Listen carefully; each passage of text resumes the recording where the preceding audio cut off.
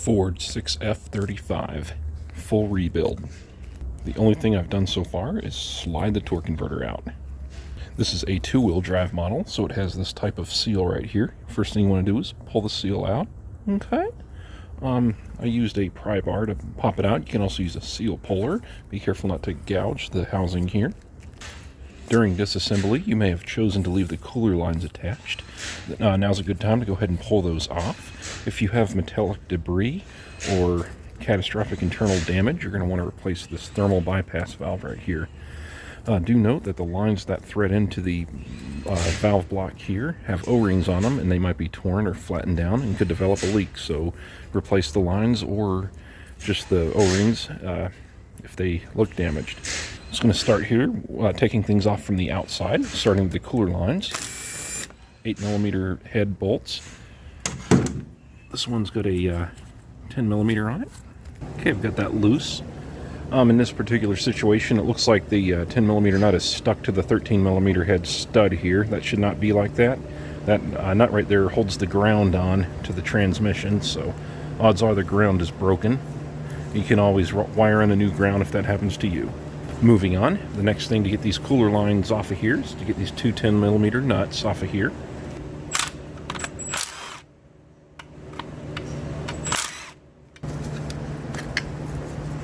Alright, so these cooler lines where they go into the transmission have a seal that pops in there. Let me get that out. This seal is in good condition. Now it does have this secondary seal here, kind of an aligner, and this one is damaged. Never seen that before. That needs to be replaced.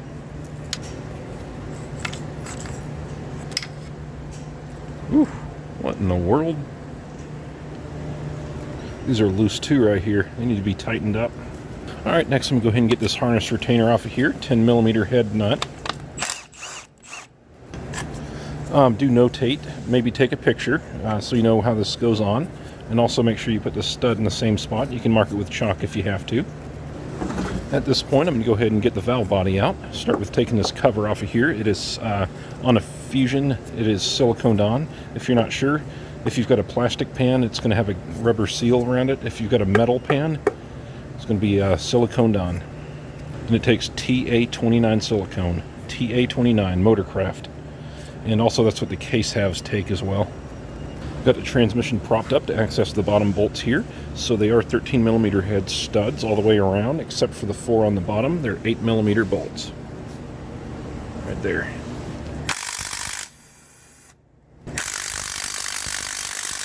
They should not be that tight. Somebody's been in here before.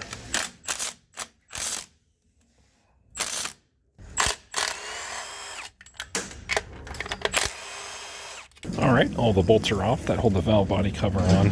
Someone's definitely been in here before. Look at all this silicone mess everywhere. If it looks like someone's been in yours before, check the pan for evidence of warpage where someone hammered a pry bar inside of it and pried outward on it. Might be bent. I've got a flathead screwdriver here. I know I just talked about that, but I have it ground down on the tip of the screwdriver where it's super thin. It kind of goes in there and just carefully, might want to try a different spot too, just work it around a little bit.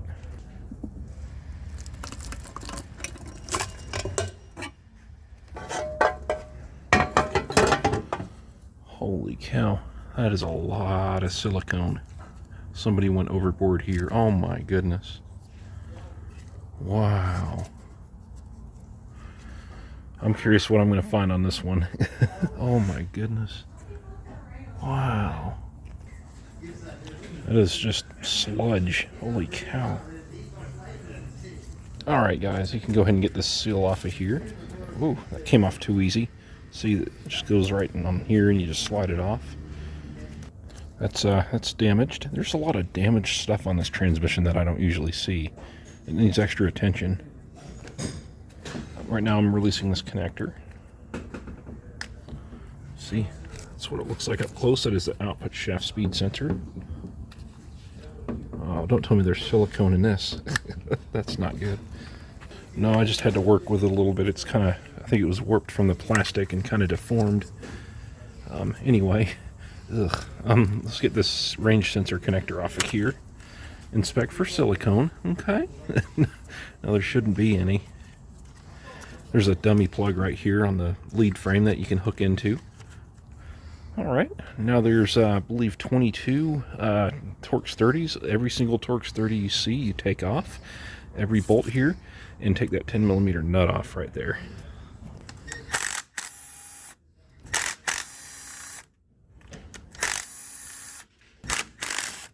Alright, all the bolts are loosened. Don't be like me and try to do it one-handed and hold a camera. You need to have inward pressure on the bolt because they will skip in there. There are two different length bolts. If you can see here on the left of the valve body, there are raised partitions here, and on the right side of the valve body, they are kind of lower down. You'll see in person. So a long one goes here, and a short one goes here, and so on. Just part of the valve body is lower than the other. Do notate that there is a manual lever down in there. You see that straight in the middle of the camera? You need to line that up with that manual rod right there when you go back in. You'll see in a minute that rod that's on the valve body needs to line up with that pin. Here's the slide I'm talking about, and there's the pin that needs to line up with. Ooh, what a disaster. Okay. Alright, I'll take this apart in a moment here, but let me proceed with removing this separator plate.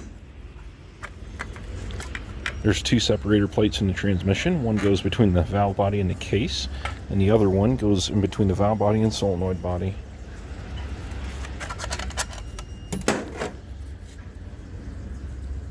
No metal, not a whole lot of it.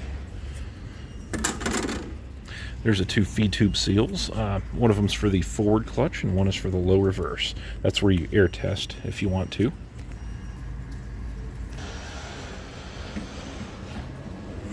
Alright, some valve body gasket material that'll need to be cleaned up, but ugh. What in the world? At this time, you can go ahead and take your Torx 30 out that is holding the output speed sensor on right here. And here's that piece of debris that I just saw. What is that, silicone? Somebody has been in here.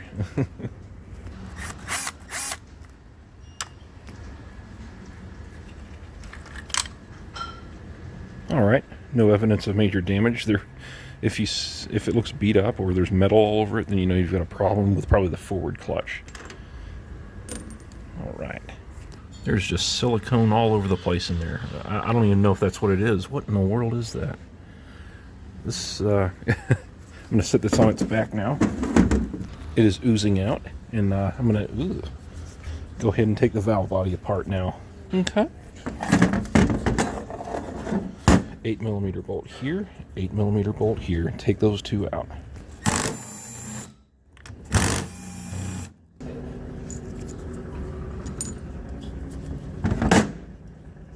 Okay. Honestly, with all this debris in here, I'm going to recommend replacing this. I mean, it does look pretty new. I don't know, I might take it apart and take a look, but here's the valve body. Yeah, there's debris in there all over the place. I don't know if I should chance it on this. Probably not. Alright, at this point I'm going to go ahead and separate the case halves and get into the meat and biscuits here, because I know that's what you guys are waiting for. No.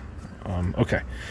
So 13mm bolt here, here, here, and here, and then there's two more right here and here.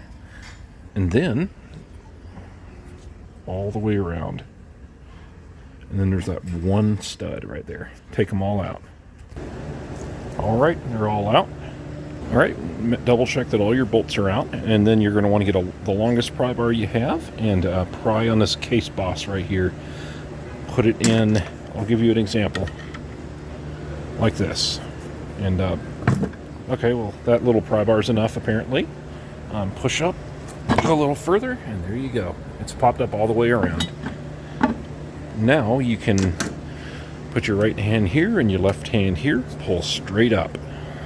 And this is what you'll have. Okay. I pulled straight up and set this on its back here. I think somebody's rebuilt this thing but they didn't do a very good job. That's what I'm feeling right now. There's just chunks of silicone and debris all over the place. That is not the factory silicone either. I think that's engine RTV. Could be wrong there. And there's a missing baffle here. There's supposed to be a fluid baffle right here. I think it's sitting on some guy's workbench, or girl. I'm not going to be, anyway. Okay, look at all this RTV that's been pulled up in the pump. I bet that pump's scored, all the gears in there. I've never seen this before. Oh my goodness. Guys, ooh.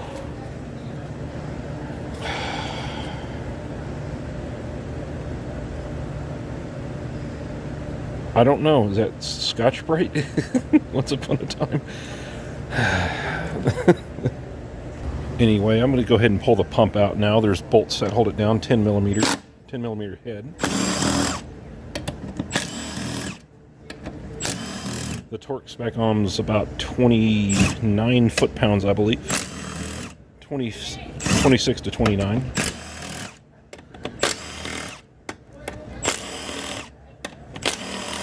Collect all your bolts and the pump will pop straight up out of there.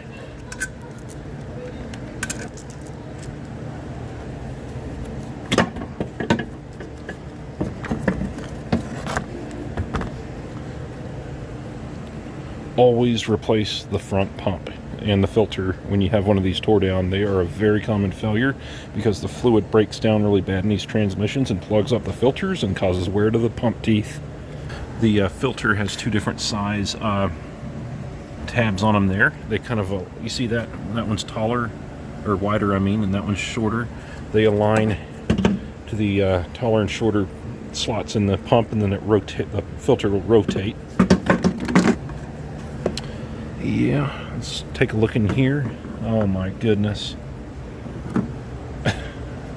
I think somebody may have left a piece of Scotch-Brite in this transmission when they were rebuilding it. Alright, at this point I like to take this case half and flip it upside down and put it under the table, let any last dribbles come out, because you want this the case half spotlessly clean where I'm touching my finger before you put silicone down. And then you want to clean it with brake cleaner and get a metal surface prep wipe. But that'll get every last drop out of here so it doesn't ooze down on the silicone later on. There's some more of the goodies there. If you guys have a theory on this stuff here, let me know in the comments down below. Ooh. That doesn't feel very smooth. Yeah, that's full of that stuff. This thrust bearing here. I swear half of these parts look brand new in here, and they're all damaged now because of this. I think that's a piece of a sponge or something that was in there. Yeah, I swear this looks brand new, this differential here.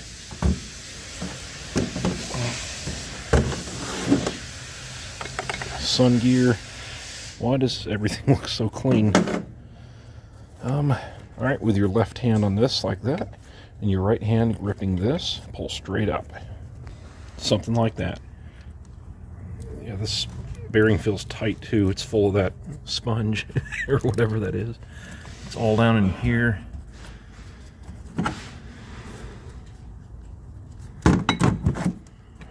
Alright, so make sure your bearing is still on here. If you don't feel this little bearing here, then it's probably still stuck on the back of this on the bottom. Alright, take your chain snubber off. It's got two 8mm bolts on it. And take your little baffle here, 8mm bolts. Take those off.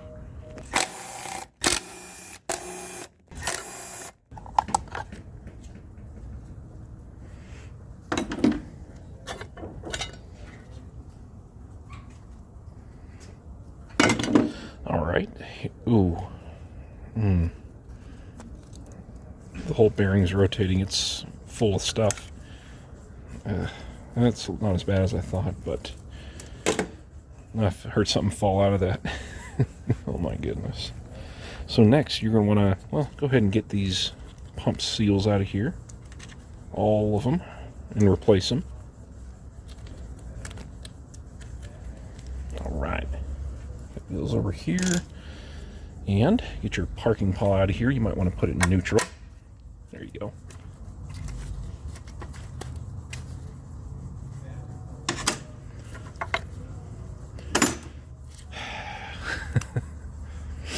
Silicone. Alright, so next go ahead and get your forward clutch snap ring out. If your snap ring has rotated over here and broken the case, you need a new case, and you want a new snap ring and all the forward clutch components, including the center support. Oh my goodness. Look at all this. Just working it out with a screwdriver here. Okay.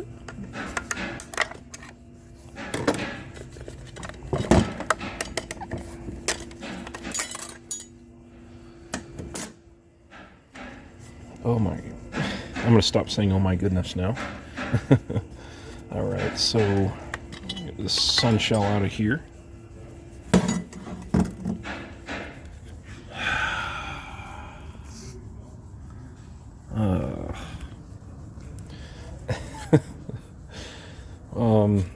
Once again, if you have any theories on what that is, let me know in the comments below. Okay. Burn marks. I think I've seen that before. More goodies in there.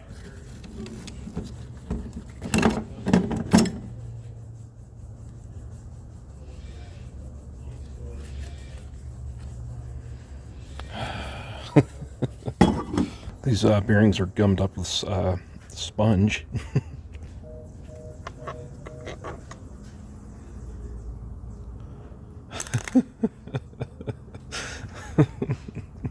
What in the world? What in the world? It's gummed up. Forward clutch.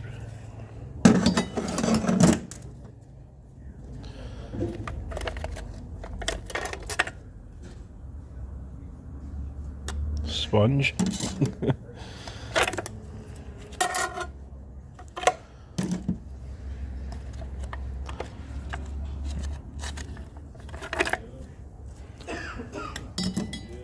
A lot of these will only align in one way here. Get that bearing out of here.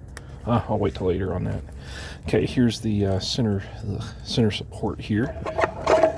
The longer legs face down, and these two feed holes right here align with these two holes on the case. Always replace the center support when you're in here. It's a common failure. The pistons wear grooves into the center support.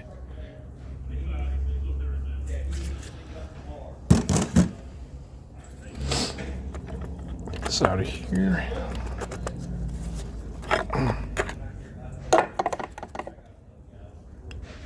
Oh my goodness.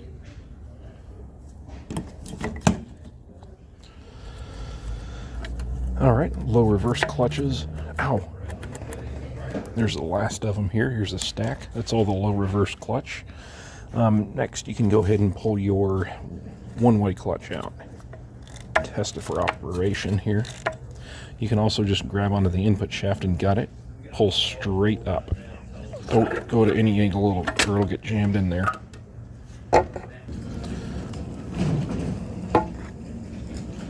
The one-way clutch likes to get burn marks on it here from wear and tear from the intermediate clutch. Look at all that stuff on there. Oh.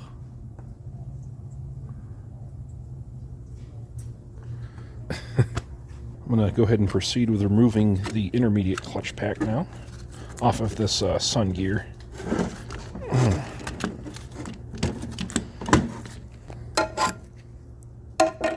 They are contaminated with an unknown foreign substance. Here's this rear sun shell here. I call it the wagon wheel. Inspect for wear on the teeth here where the clutches ride. This one's got some wear on it. Not a whole lot. Alright. Here's your intermediate, or excuse me, your This is your overdrive in here and your direct around here. But before I forget, let's get the rest of the transmission here gutted out. That bearing feels okay. That bearing goes down in here. It has a keyway, little tabs. Pull the rest of the intermediate clutch out of here. Just draining the rest of it out, and this did fall out of the case here, so I think it is a sponge that somebody left inside of here. Okay, let's get this string of sponge out of here, and get this blocker, this ring off of here for the intermediate clutch. This is all indexed. You have to make sure you put it in exactly the way it came out. Take pictures.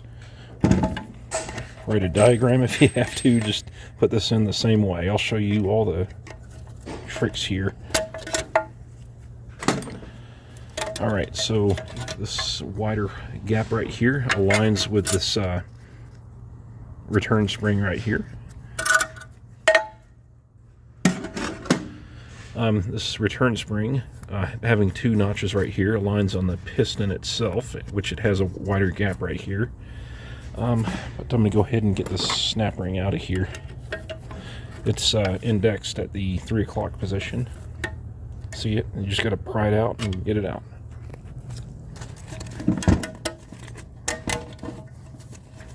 Don't bend the snap ring. Alright, get the snap ring out for the intermediate clutch.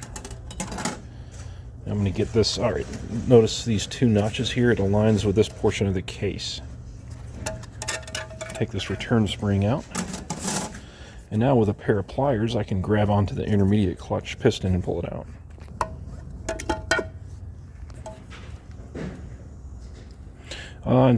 Inspect all the way around for tear. Actually, just replace this molded piston here every time. Looks like some debris. Well, it's same stuff from before. Same known unknown foreign substance.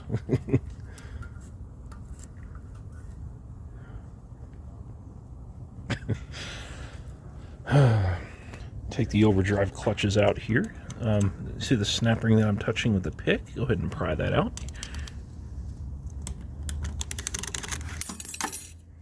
Alright, overdrive clutch. Get this bearing off of here so you don't lose it.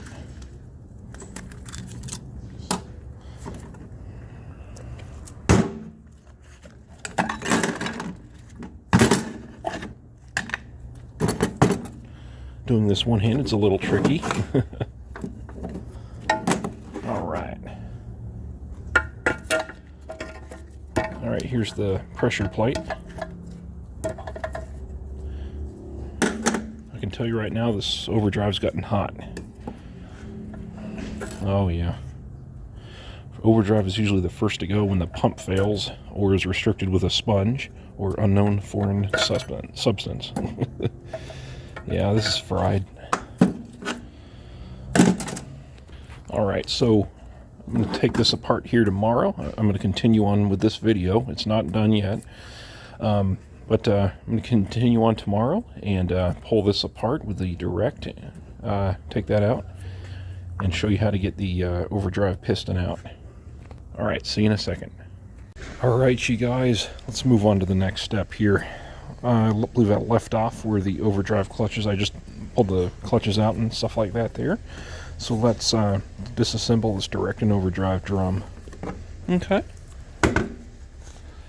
Alright, when you flip it over here, if you look down inside there, you'll see a small snap ring holding the input shaft to the direct overdrive drum. You see the snap ring? That little tiny thing there? Get that thing out of there. Be patient with it. I'm going to use these pliers here. If you can find a pair that are a little bit smaller than this, that would be ideal, but this is what I use. Okay. Alright, I got the snap ring out. I saved my curse words for off camera, and then I flipped the drum all over there.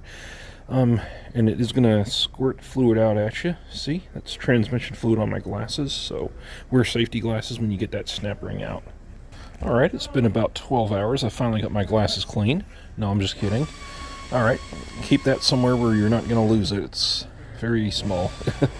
But now that with that snap ring out of here, excuse the mess, you can pull the input shaft out.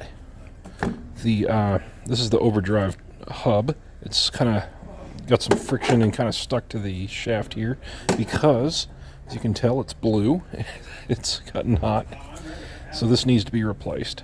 They don't usually change color like that from my experience. Here's a bearing right here. Once again, I like to keep everything in order. I just take it and flip it over into a stack. That's what I've done when I was learning. Alright, overdrive balance piston and piston removal. You need one of these contraptions. They're not too expensive. You can get them on Amazon. They put it, go in a vise, and then you got these fingers on here, and let me show you. Yeah, no, mine's bent. I don't remember how that happened, but kind of got this down close to here, and now I'm going to rotate this down to compress the piston return spring.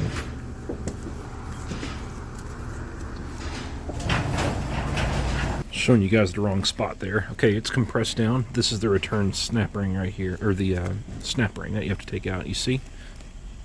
Let me zoom in. Zoom in. Right there. Here's those snap ring pliers from earlier. I got them off Amazon for about 14 bucks. I wanted to point out I did grind down the tips a little bit to get that little tiny snap ring out, but this is what I'm going to use to get this one out as well. In theory, using both hands, I spread the snap ring out just enough to get a pick under it and kind of pull it up. And there we go. If it's stretched a lot, replace it. But if you're careful with it, you should be fine reusing that. At this point, you can go ahead and release this.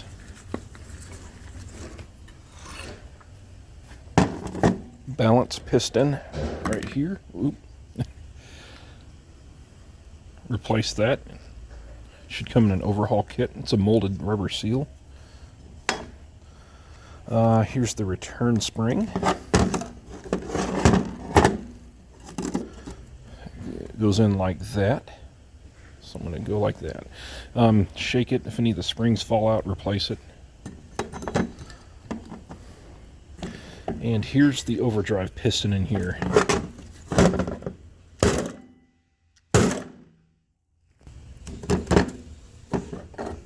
There it is. If you don't want to hit your drum on the table, you can find the right pressure port and blow air through it, and it'll pop the piston out.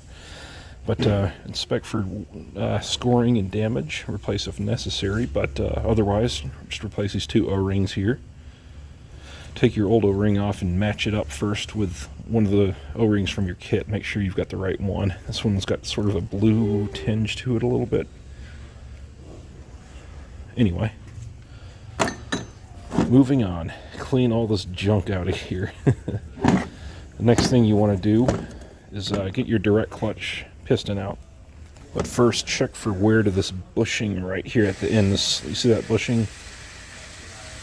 It's slightly scored, but if that's tore up, for lack of better words, replace the support tower, because that's where the bushing rides, and it's probably scored that up too.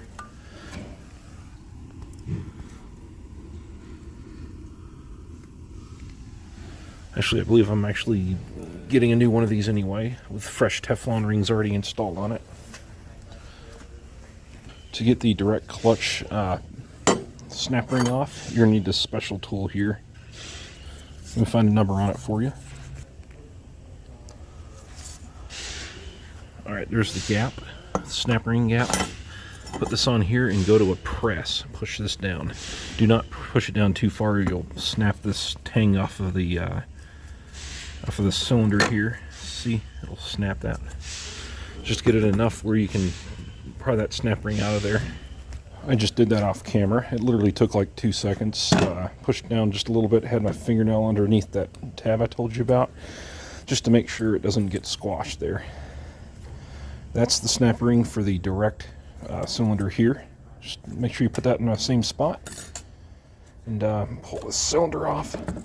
I am going to polish that bearing up a little bit to make it perfect if you're watching Josh. All right, once again, much of that material in here.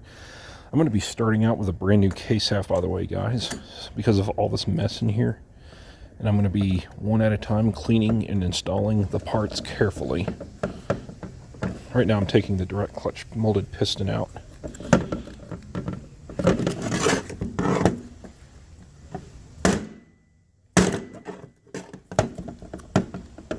Just needed some light prying, and it's off now. Replace this. It's the direct clutch piston. It has a molded seal on it, and they don't last forever, so good thing to replace whenever you're in here. And here is the return spring. It goes in with the bigger side down, like that. Springs did not fall out. All right. 3 O-rings to replace here. One's orange, one's black. Those are about the same size. And then there's a larger black O-ring here. Replace those. Okay. Next, you want to get the direct clutch pack out of here. And there's a snap ring right here to take out. So this sort of snap ring here, this is kind of unique here. You need to you'll have both hands lift up on each side of this pressure plate, and that is going to allow you to pop the snap ring out with this pressure plate held up on both sides. All right, I kind of pulled up a little bit and nudged it out, the snap ring out of the groove here like that, and on that side as well. Now I'm just going to go the rest of the way.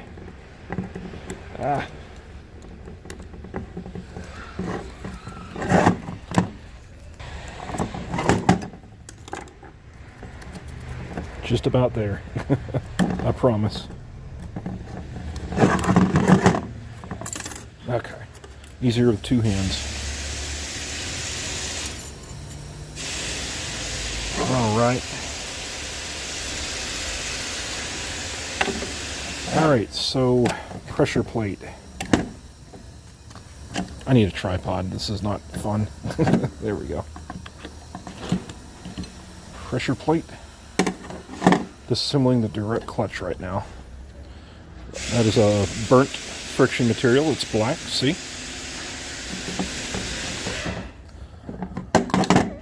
One thing I like about this transmission, it's a great one to rebuild if it's your first transmission, because there's no selective shimming measurements you have to do. The clutches don't have selective snap rings in them. You just soak the clutches, put them in, and if they're not the right measurements, then you need a drum. It's really straightforward. Burn marks.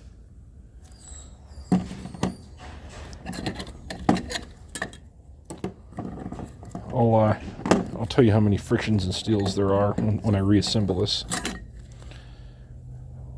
Last plate there, and here's the wave spring. So when you go back in, the wave spring goes first. There you go. There's also the pick. You need to get this seal out in here. Then these 3 seals. But yeah, that's a full teardown there. And the center support here, I'm going to be getting a loaded center support with all new pistons, return springs, and snap rings already in it. You can get those on eBay. It makes the job simpler. You can also do the same with this drum here. But if you want to take the center support apart, take it to a press, same thing you did here. You just need one of these larger press tools there for that. There's also a rotunda number for that. But see you in a second. And I will start rebuilding this thing. Have a fresh case. Alright guys, I think we left off when I tore down the direct and overdrive drum there. I have gone ahead and put that back together. We'll give you some tips and advice for that. However, for you guys doing this at home, or maybe you're just going to be doing these once, I recommend, instead of buying all the special tools and a press to take this and the center support apart, that you buy pre-built ones of these that have already been either remanufactured or assembled. and that will save you possibly money, and it'll save you effort as well, make this easier for you. Once again, this is a pretty straightforward transmission, a great transmission to learn on because there's not any like measurements you have to take and stuff like that. No selective snap rings and all that.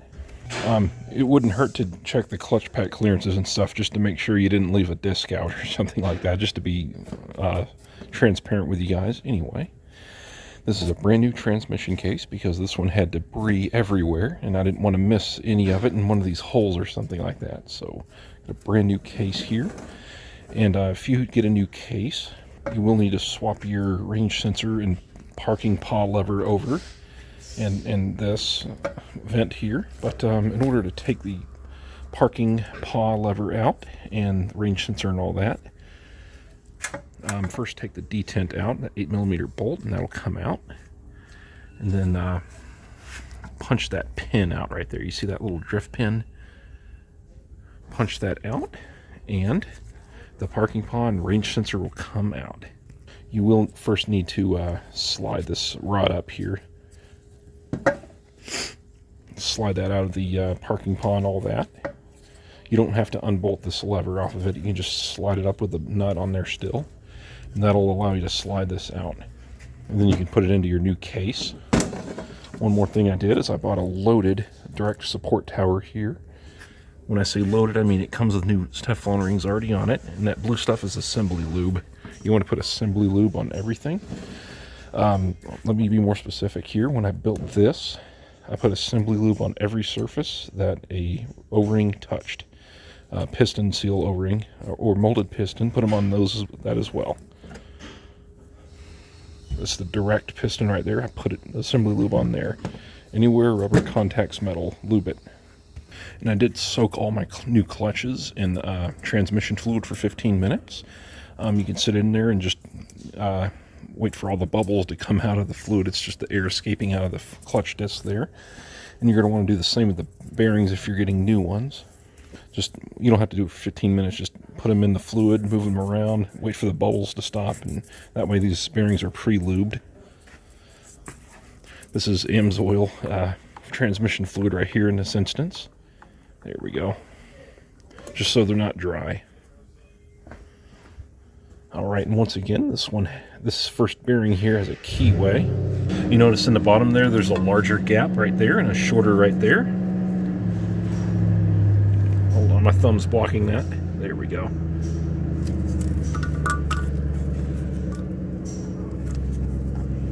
There we go. Alright, always inspect for debris inside of where everything's going to sit. That ridge in the bottom down there is where the intermediate clutch piston rides. Make sure there's no chunks of debris in there. Anyway, this is my new intermediate clutch piston here. It's the one in your rebuild kit that has all these notches on them like that on the side. You're going to want to take the larger notch. Okay. This one right here, and set it over about 11 o'clock. Let me zoom in for you. Don't push it in all the way just yet. You're going to want to get your return spring now. Alright, you see this notch that protrudes out on this side of it, and the rest are inside. Take the inside portion, index it right here. That is going to be about, what is that, the 5 o'clock position there, right inside this pocket in the case. As a frame of reference, this is what I'm talking about.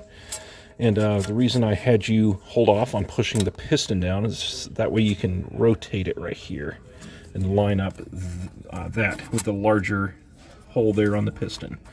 All right, now that this is popped down in here, see, you can go ahead and push the piston down. I pulled the return spring out here, and with both my hands just work this piston down here. Now I'm going to put this back in. Okay. There it is, all keywayed up here. Next, you're going to want to get your snap ring back in. You're going to want to get it in with the open end of the snap ring right here, about the 3 o'clock position. Don't let it get over in here. Just you want the gap inside of this area. What you want to do is try to get one of the ears of the snap ring into the ridge down here, and you're going to need to work it in all the way around. And in order to do that, you may need to get that flathead screwdriver and move this back, return spring back and forth to give you that little bit of extra clearance. Trust me, that makes all the difference. It's a little tricky, but just slowly work it down here. They do make a special tool that makes this easier to put together, but I've found it not to be completely necessary. Alright, as you can see, the ring kind of moved a little too far up this way. Where this end of it's going to probably be around right here, so I want to take it back out and move this over here.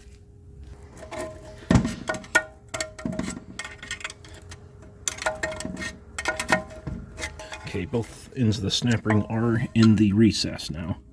You need to go the rest of the way around and knock it into the recess all the way around. And once again, in order to do that, like I'm going to start here and get it down in there. So you're going to want the spring to get as far away from that side of the case as you can. So go over here, actually go the opposite. Kind of turn a screwdriver in there. See, it's going to push that all the way in the corner. Now with a screwdriver and a hammer, I'm going to knock that in there. Perfect. Just tapped it in with a screwdriver and a hammer.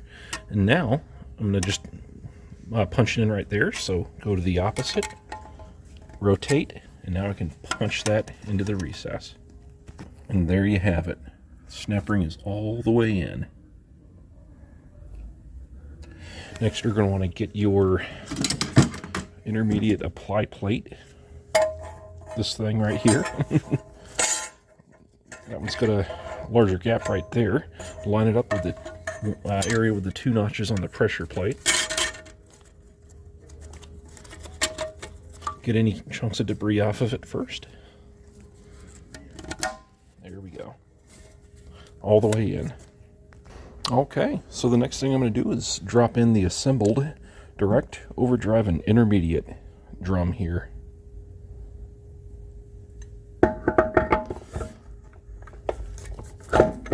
There we go. You'll feel it go all the way down. What you're doing is kind of dropping it down on the Teflon rings and pushing it down at the same time. And you'll hear a different tone thud when it's all the way flush. And just as a frame of reference, about that much space between the top of here and the intermediate apply plate. But you'll feel it. Okay guys, next you've got a bearing that goes up here. I've got a new bearing kit once again, just mentioning it again here. Let's stick the bearing on here now. There she goes. Alright, next I'm going to get the wagon wheel. Always inspect for wear with a clutch teeth ride. This is a new wagon wheel, so basically what I'm going to do here is drop it down on the shaft, rotate it and push down lightly, and mesh it in with these clutches on the direct clutch here.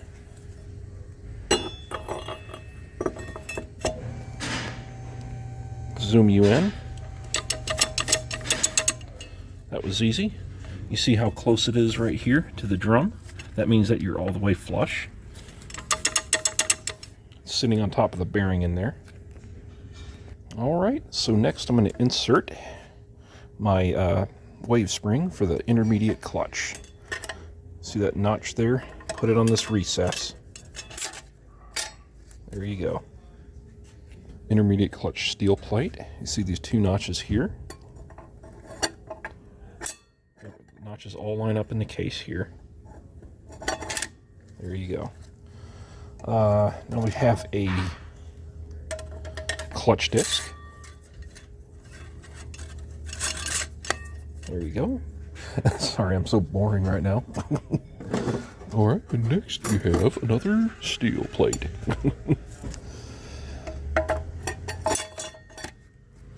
And the last friction disc.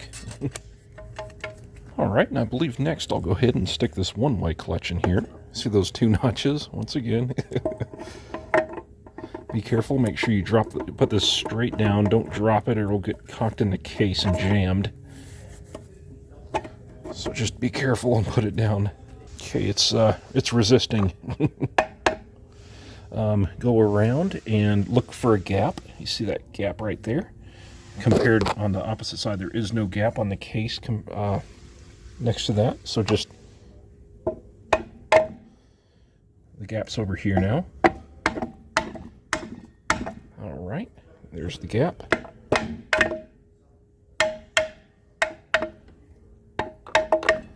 It shouldn't take much effort. It should just move with light taps.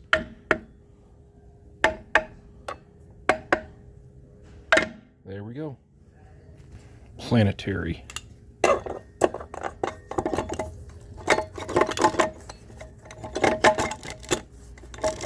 There we go. I'm also testing the one-way clutch right now. It takes two bearings right here. Here's one of them. See the little provisions on there for it? Okay. Another bearing here. All fresh new bearings. Fresh new Planetary. It's going to be a good build. Alright, I'm going to start assembling the lower verse clutch pack. Here's the pressure plate. From here on out, you see where there's two notches right here, these two finger sets.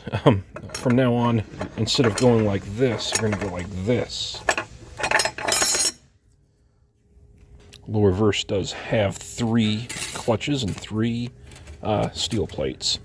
So I'm going to go ahead and get the first friction plate in here if I can. These are aftermarket clutches, by the way, just so you know, if you're wondering why they're so tiny. This is what the original one looks like. Steel. Friction. Okay, it's in. Steel. Friction. And it's in. One more steel. And now for the wave spring. You need to align this with the center support. Okay. Let me show you how to do that. Why not, right?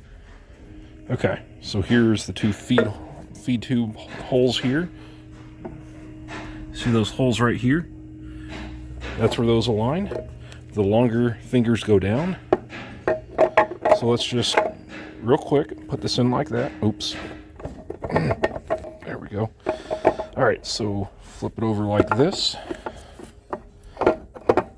Alright, what I just did here is I just kind of tried different spots, flipped it over, you know, until it fell right on there. And it is all the way flush on the center support now. And what you want to do now, since that's the position it goes on the center support, there's the feed tube seals. Grab right here. Align your fingers, your actual fingers, with the 2 feed tube holes here on the case. There. That's where you want the wave spring. Now you can go ahead and put your center support in. Once again, long fingers down, feed tube holes line up with the case there.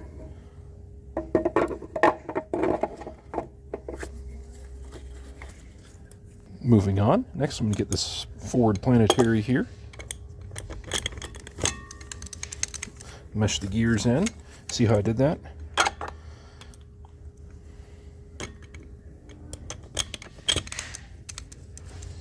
Alright, I'm going to get this sun gear, drop it down in there. There. Another bearing here. That little angled side went down. It's flat up here. Now you've got this big monstrosity of a bearing right here. Set that in there. See how it feels smooth? If it doesn't move at all, that means you need to flip the bearing over. It's on the wrong side. But that's smooth, and that's smooth. Alright, now we've got this other Planetary and ring gear assembly here. I'm going to put it down on here.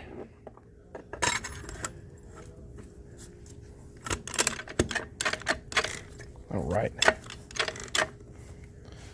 Getting close here, guys. Know where the clutch teeth go? Actually, there is a little bit. This is supposed to be a new part. It's not new, it's used. A little rust spot on it. But that's very minimal wear though. But that is a used part, advertised as new on eBay, so just be mindful of that.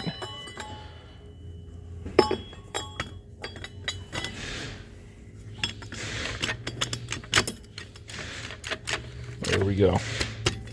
One small correction here. This bearing right here is what needs to go right here. See how it kind of sits inside that planetary? Put this with that step side up right here. I'm so sorry about that, but that's what goes there. And back at it. This bearing goes like that. Alright guys, time for the forward clutch. Okay. Once again, we have another wave spring that needs to be indexed. Alright, I flipped it and just rotated it around and figured out how it goes in. And it goes in like this. See how it's flat all the way around? Next we can start putting our pressure, or one of our steel plates in. And friction. Steel. And friction. And our giant pressure plate here.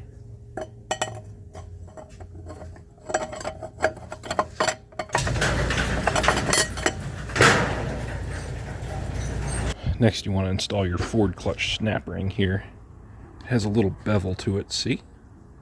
I'm going to put the step side. You want the, where it feels like it steps up here on the, towards the inside. Like, it goes kind of like that. You want this up like that. Index it at 3 o'clock within these two areas right here, from here to here. Alright, after you pop it in, just work your way around with a screwdriver and a hammer and just knock it fully seated in there. Once again, you see the angle here of the snap ring? You kind of want the angle where it goes like this to kind of go inward like that because of the angle of the ridges for the snap ring. You'll see what I'm talking about. It'll be obvious. Alright, now it's fully seated. Looks good to me. I've got the baffle sort of set into place. Your model may vary. Certain 6F35s have a different designed baffle. Just pay attention how it goes in while you're taking it apart. Anyway, here's your chain snubber. You see this little nub right here? Line it in that hole. And line the bolt holes up. Put your bolts in for that and the baffle.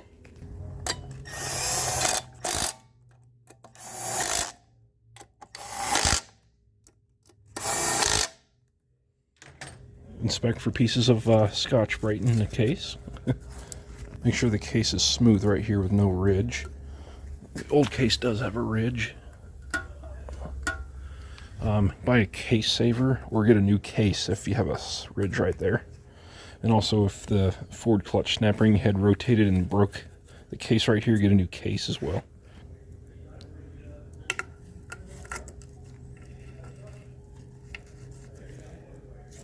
Alright, I'll continue on here in just a second. Alright guys, it's time to get this these sprockets and chain in here. So I'm going to hold these together, mesh the chains on both of them, and lift them up and drop them down.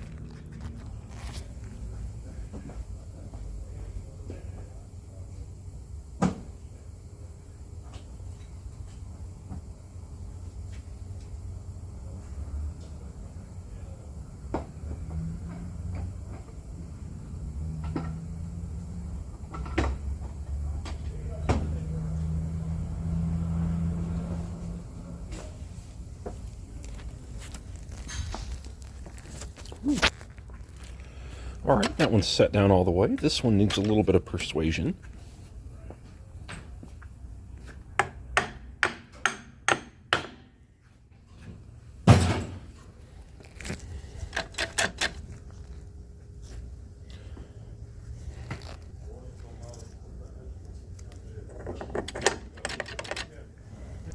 That's a normal amount of slack, don't worry.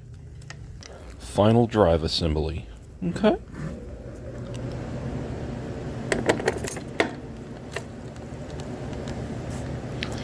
Alright guys, now we need to put a bearing here and a bearing right here.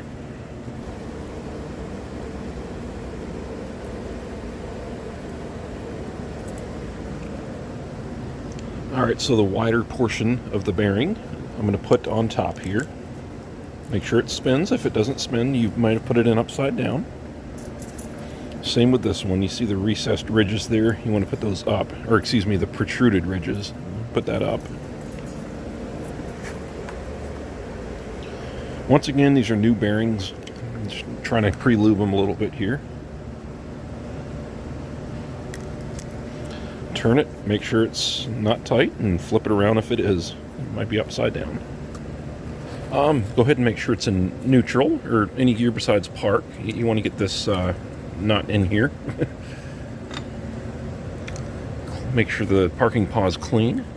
I need to get that gunk out of there.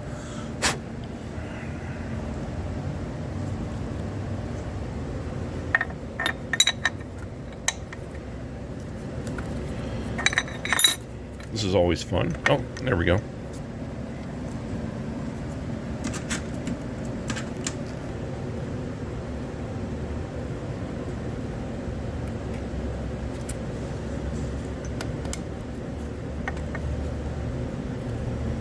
Sorry about this, guys. Hold on just a second. There we go.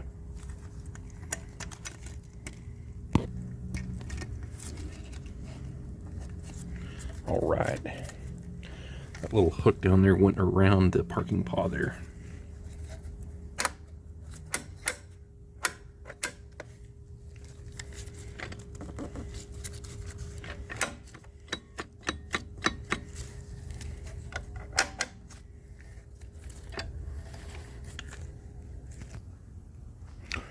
Plastic washer.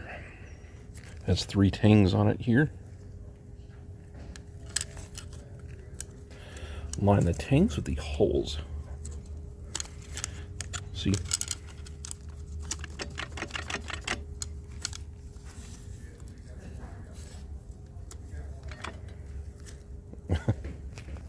Molded pump seals.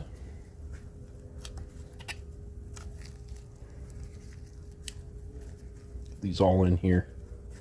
One of them's bigger than the other, obviously.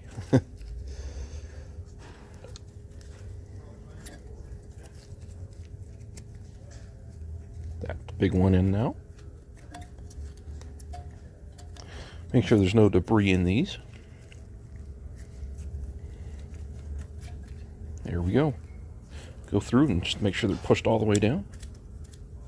Those come in an overhaul kit. Alright guys, now would be a good time to go ahead and air test the clutches if you're not sure about it. Go ahead and pause here. There's all the pressure ports there labeled 1 through 5. Alright, you can unpause now, and there's the legend there.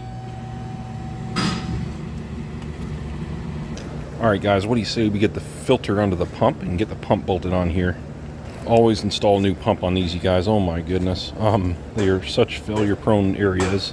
Make sure your new new seal has a snap ring in it. I can't talk.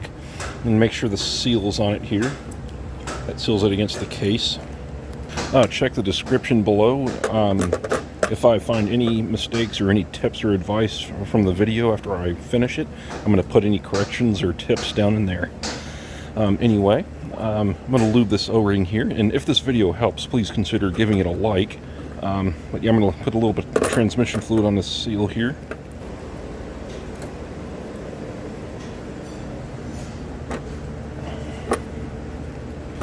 Alright, you see the keyway on this filter has a wider and a shorter tang on it. There's a wider and shorter hole right here on the filter, or the pump here. You just line them up, push it in, and rotate it. I'll show you.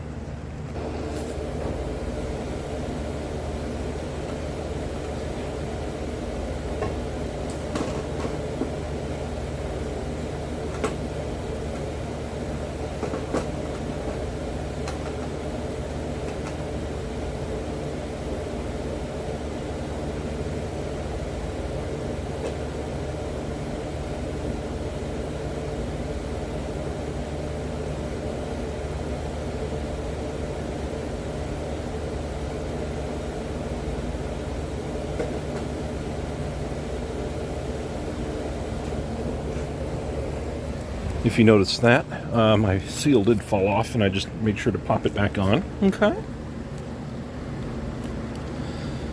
So at this point, quadruple check yourself, make sure that seal's on there, and go ahead and set this pump down in here. Using both hands just to be safe.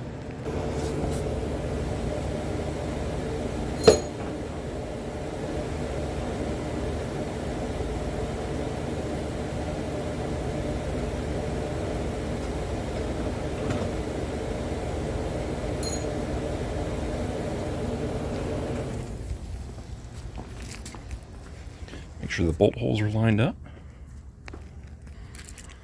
Here's what your bolts look like. 10 millimeter head. Torque spec is about 26 to 28 foot-pounds on these. Make sure you tighten, I usually tighten this one first, then go here, here, here, here, just kind of back and forth. It doesn't specifically matter which order you go in. All right, that's tightened down. Make sure your filter isn't popped off. Double check yourself on everything. Make sure you put that in all the way. Check for debris inside of here. Make sure your bearings are on here. Make sure all your seals are on here. And now go through and remove any large debris, silicone, on the case halves. You can get the large pieces off with a razor blade. Just kind of rub them off there and use some Scotch-Brite to polish it up.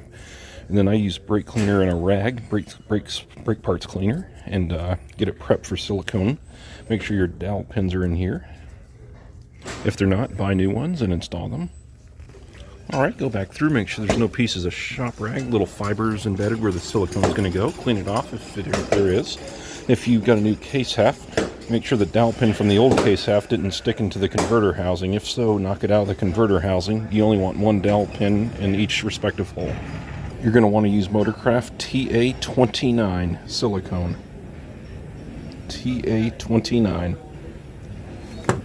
On this particular transmission, the pan is siliconed on as well, so I want to get the valve body in before I start siliconing stuff. Output shaft speed sensor. Torx 30 bolt I just tightened down. Brand new feed tube seals here.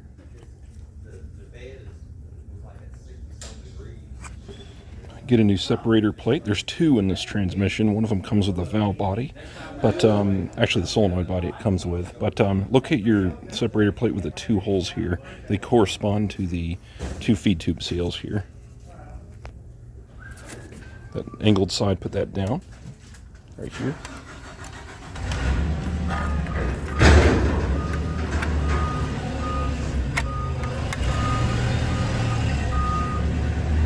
It appears we only have a new solenoid body today, no valve body.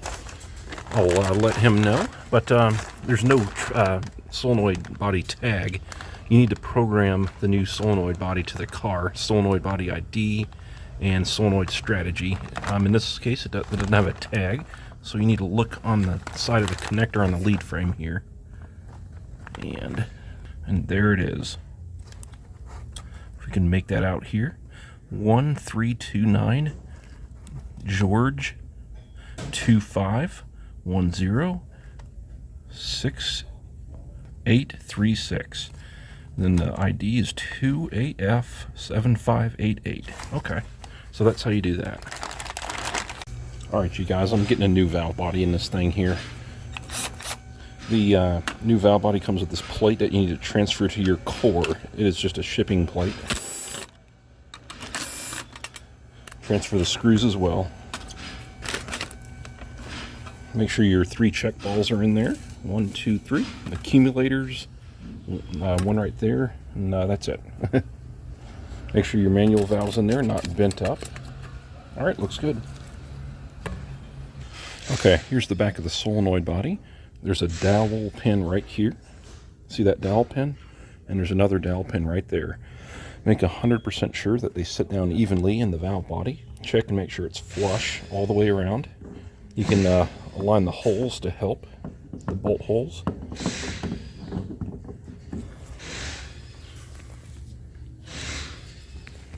Okay, it's flush. See? Yeah. Now you can run down your 8mm bolts that hold the two together.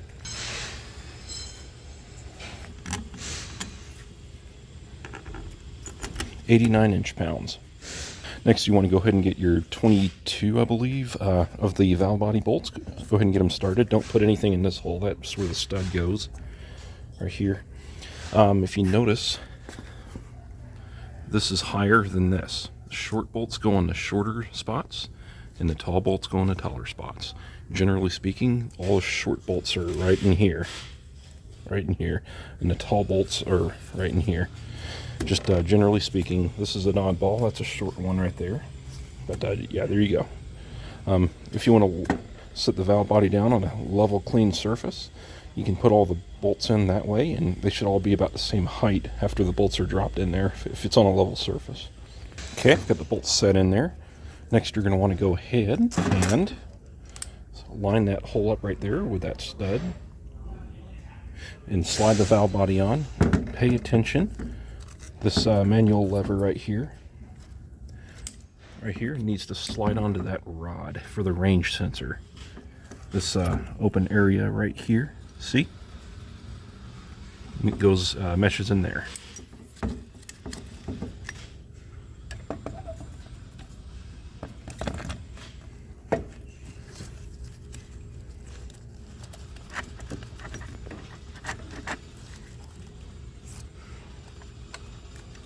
There's also dowel pins that need to pop in. You'll feel the valve body kind of clunk in there and be flush inside the case. Do not tighten any bolts down until the valve body is flush in there in the case. It may not get perfectly flush because of the two rubber feed tube seals, but it'll get very close and you'll feel it. Alright, see how it's flush in there? Good.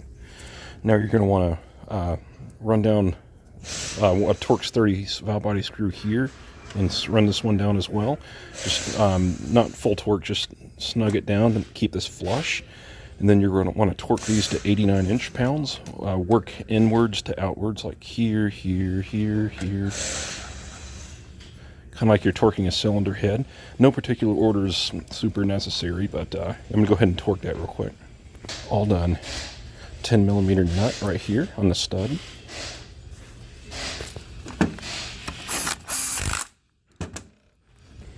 See the little dots on here? Put that out. And connect this range sensor. Double check that your rod's lined up there.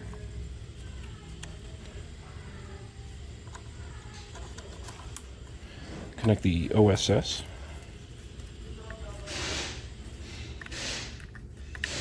Into the lead frame. Pop it in. Clean this surface here. Prep it for silicone and the cover that you're putting back on. Okay, so put the silicone down. It's TA29 once again. This is it's a little thicker than I usually do, but it's a Buddy's transmission, and it's just the silicone bottle I had laying around had more of an opening cut into it than I usually have. But I just go around the inside of the bolt holes. I'm just trying to get it not to leak here. Don't go around the outside. Go around the inside first. And then slide the case halves onto one another. You might have to work it a little bit. Might have to put a little assembly lube on the shaft here just to help drop it down. Double check everything once more. And once it drops down, it'll get close to being flush, and then you might need to tap it down with a hammer to get it all the way seated on the two dowel pins there.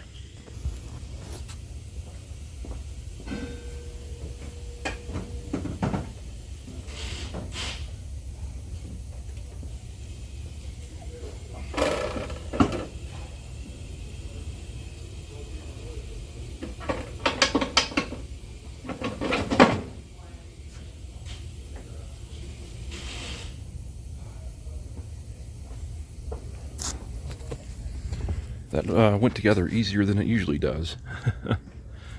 And it slid right on. Now you can tighten all your bolts. The stud goes right here. Just going to thread them all in by hand and torque them to 18 foot-pounds. Once again, here in the same manner, I'm going to prep the surface here with I'm going to clean them up and put the side panel on, silicone. If you've got an escape, believe that would be a plastic pan with a rubber seal that you just put on. You don't have to put silicone on that. If you have any question, if it's a metal pan, it takes silicone. If it's a plastic pan, it just has a gasket. But before you put it on, make sure everything's, just double check yourself, make sure everything's on. That rubber seal here. Yep. All right, the pan's ready to go on. Got a bead around the inside of the bolt holes here. Bead of silicone, in case you're wondering what I meant. Okay, she's all tightened down here. Let the silicone set for an hour at least before I put any fluid in this thing. Dorman to the rescue. Last thing, I need to pop the torque converter in and axle seal, and I'll be good to go. This torque converter can be a little tricky. You might need to set the transmission on its back to help, but I'll show you.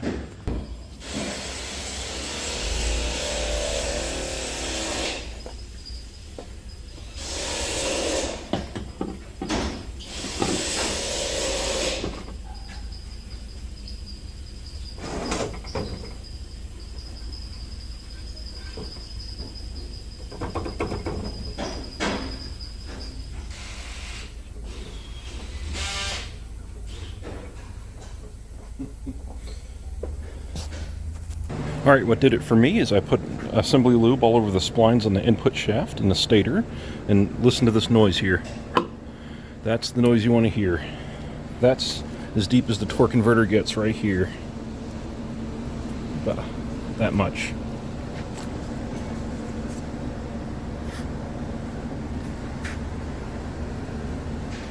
You can also kind of feel back there, and you know, if it were to go any further in, it would hit the case, so that's all the way seated for sure, because it can't go in any further. Line up the hole here with where the flex plate's going to go. Put a little bit of grease right here. Get your new axle seal in, and get it back in the car. You want to program the transmission strategy to the TCM, or PCM on this car, and then reset the adaptive tables for the transmission. The adaptive table reset procedure is quirky. You may want to do it 3 times in a row before it'll take, just to be safe. Yeah, you can use Forescan and program the strategy there. The numbers that were on the side of that connector. In Forescan, you can also do the transmission adaptive table reset. I recommend replacing the flex plate on the back of the engine while you're out. That is known to crack and cause issues. And the bolts, they're torque to yield, replace those. And if you replace that, you'll want to do you want to neutral the misfire monitor. That's something you can also do with Forescan. But other than that, that does it. That's a complete product here. I hope this helped you out. Have yourselves a great day. If you have any questions, let me know. Please subscribe and hit the like button. And I've got a Facebook and Discord group I'm active in. Feel free to join there. Have a great day.